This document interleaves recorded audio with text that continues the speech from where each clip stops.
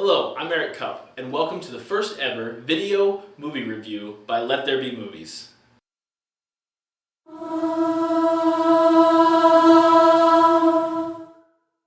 This is Constantine.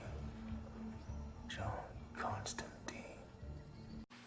Constantine is based on the DC Comics Hellblazer and follows John Constantine.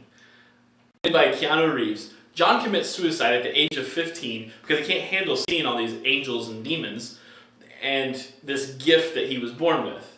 But doctors bring him back after he spent 2 minutes in hell. Now this movie is chock full of horribly bad theology. But I do like this scene between Constantine and the angel Gabriel, played by Tilda Swinton. I've been seeing some unusual soul traffic lately. Might consider giving me an extension. Could do your side some good these days. You still trying to buy your way into heaven? What about the minions I've sent back? That alone should guarantee my How entry. many times have I told you? That's not the way this works. Haven't I served him enough? What does he want from me? Only the usual. Self-sacrifice. Belief. I believe for Christ's sake. No, you know.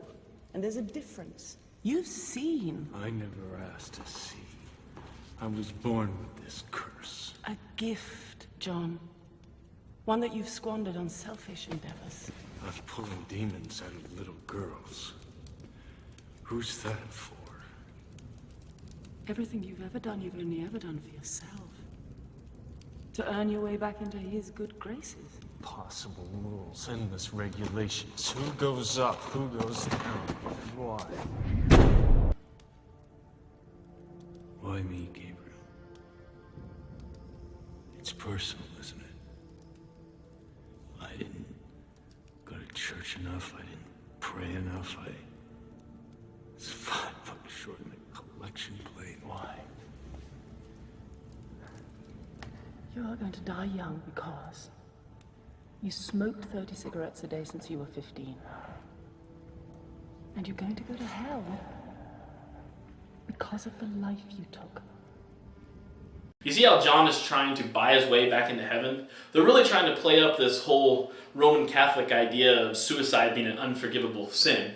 So even though he actually survived his suicide attempt, he still is doomed to hell because he did try to commit suicide and succeeded because he died for 2 minutes and spent 2 minutes in hell.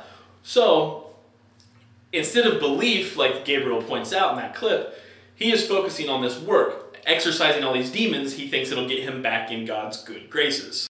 See, John knows God exists, so the belief part is kind of different for John. But he's still just trying to use his works, not his faith or his belief in God. So John meets this pretty detective from the LAPD named Angela Dobson, played by Rachel Weisz, who's just lost her twin sister to suicide. But she refuses to believe that it was actually suicide. And John opens her up to the world that he lives in, where he can see these angels and demons. He even goes so far as to go back to hell to see if her twin sister's there. In this scene, we see how amazing the visuals are. They're just absolutely great. It's stunning. You can almost feel the heat. And I like the idea that hell and heaven are both portrayed as being here, just on a different plane, if you will. I find that fascinating and intriguing. So along the way, we discover... Oh, wait, before I go on... Spoiler alert! Spoiler alert! Okay, spoiler alert! So along the way, we find out that Mammon, Lucifer's son, is trying to break into this realm using the Spear of Destiny. You know, like the spear that pierced Jesus. So he finds it because Hitler apparently buried it in Mexico. Not sure why. So this crazy Mexican finds it and somehow it ends up back in Mammon's possession. So then he ends up using it to try to get back to our realm and create his own kingdom, if you will, here on Earth. Well, John ends up being able to tell Lucifer about this, who isn't exactly happy that his son's trying to create a satanic kingdom on Earth without him. So John decides to make a deal with old Lou. Unbeknownst to Lucifer, this act of sacrifice somehow now totally negates everything the movie has told us about how John is incapable of going to heaven because he committed suicide. Now with one act of self-sacrifice, he's suddenly, boom, able to go into heaven. But before he can get there, Lucifer cures John's lung cancer and brings him back to life because he's pretty sure that John's going to just screw everything up anyways, and he's still going to end up going to hell even if he's given a second chance. Like I said, this film is full of horribly bad theology. But if you like dark comedy mixed with religious satire and amazing special effects, then this movie is for you. It came out in 2005, so it's definitely available on DVD. But it is not on Netflix. Not sure why it's not on Netflix. It should be on Netflix, but it's not on Netflix. It's also available on YouTube for $1.99.